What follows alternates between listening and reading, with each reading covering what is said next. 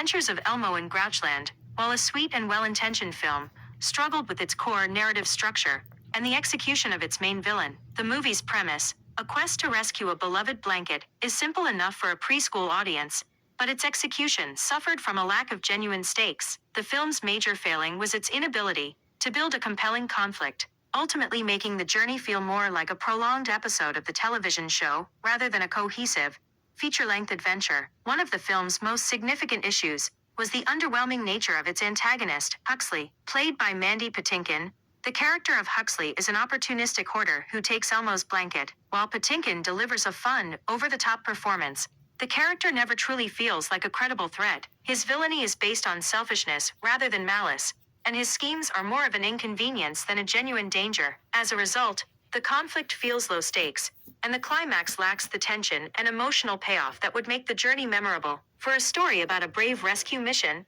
the central obstacle is surprisingly weak. Furthermore, the movie suffers from a disjointed pacing that often feels more like a series of musical skits than a continuous storyline. While the musical numbers are entertaining and fitting for a Sesame Street production, they frequently halt the momentum of the plot. The film dedicates a significant amount of screen time to songs and side characters, which, while charming, takes away from the central quest. This episodic feel prevents the narrative from building a sense of urgency, as the focus shifts from finding the blanket to a song about a villain's motivation, or a lesson about sharing. The lack of a clear, focused path makes the film feel longer than it is and blunts the impact of the finale. In the end, The Adventures of Elmo in Grouchland is a film that is too simple for its own good. It takes a classic children's tale, the lost and found quest, and stretches it thin across a full-length movie, without adding enough depth or compelling conflict to sustain the running time. The film's commitment to its moral message is admirable, but it comes at the expense of a well-developed story and a believable antagonist.